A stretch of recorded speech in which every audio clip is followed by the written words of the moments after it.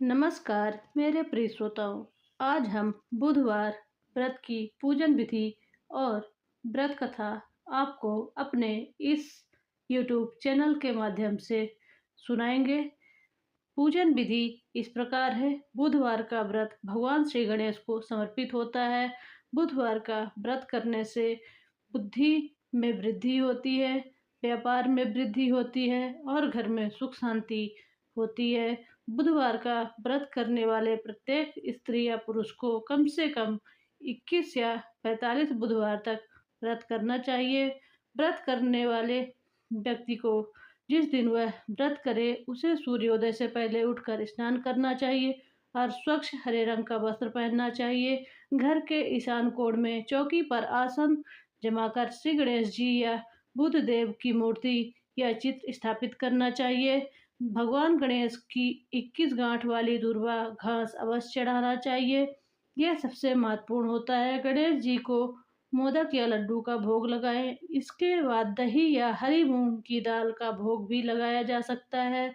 ओम गंगणपतये नमः या बुधदेव का मंत्र का 108 बार जाप कर सकते हैं।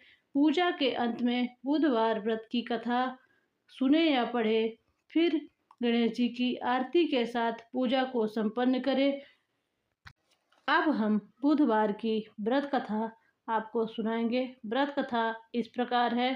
समता नगर में मधुसूदन नामक एक व्यक्ति रहता था। वह बहुत धनवान था। मधुसूदन का विवाह बलरामपुर नगर की सुंदर लड़की संगीता के साथ हुआ था। एक बार मधुसूदन अपनी पत्नी को लेने बुधवार के दिन बलरामपुर गया। मधुसूदन ने पत्नी के माता पिता को संगीता को विदा करने के लिए कहा। माता पिता बोले, बेटा आज बुधवार है, बुधवार को किसी भी शुभ कार्य के लिए नहीं यात्रा करते।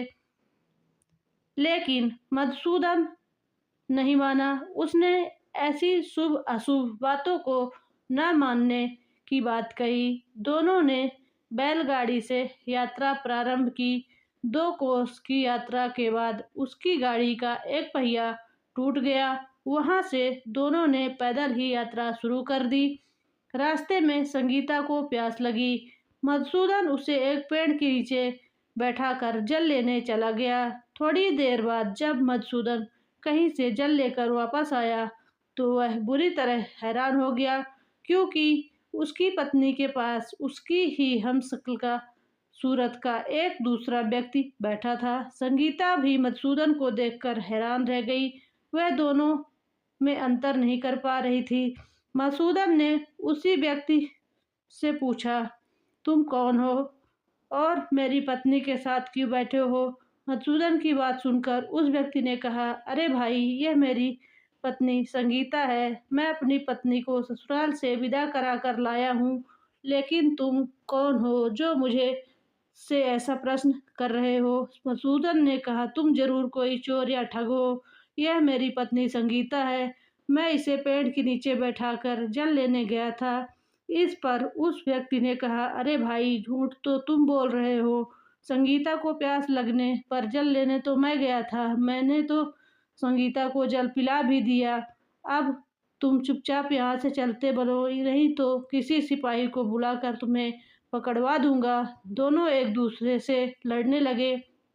उन्हें लड़ते देख बहुत से लोग वहां एकत्र हो गए। नगर के सिपाही भी वहां आ गए। सिपाही उन दोनों को पकड़कर राजा के पास ले गए। सारी कहानी सुनकर राजा भी कोई निर्णय नहीं कर पा रहा था।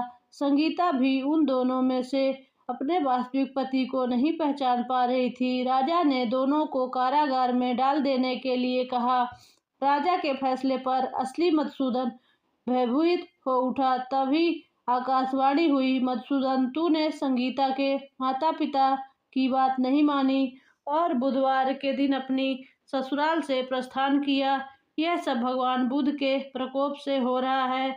मधुसूदन ने भगवान बुध देव से प्रार्थना की कि हे भगवान बुधदेव, मुझे क्षमा कर दीजिए।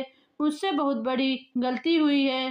भविष्य में अब कभी बुधवार के दिन यात्रा नहीं करूंगा और सदैव बुधवार को आपका व्रत किया करूंगा। मधुसूदन के प्रार्थना करने से भगवान बुद्धदेव ने उसे क्षमा कर दिया।